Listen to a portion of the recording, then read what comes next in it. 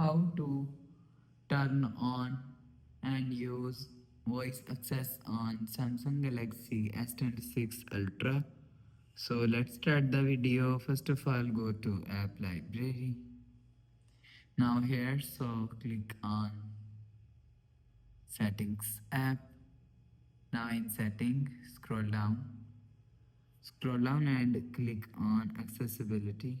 So you will see accessibility is here, so click on accessibility. Now here, so click on interaction and dexterity. So after click on instruction and dexterity, so click on voice access. So if you want to use voice access, so turn on this button. So after turn on this button, you will see voice access is turn on.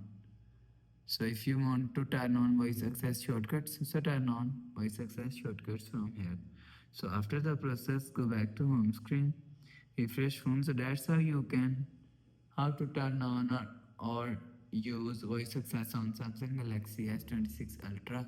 So if you like the video, please subscribe. Thanks for watching.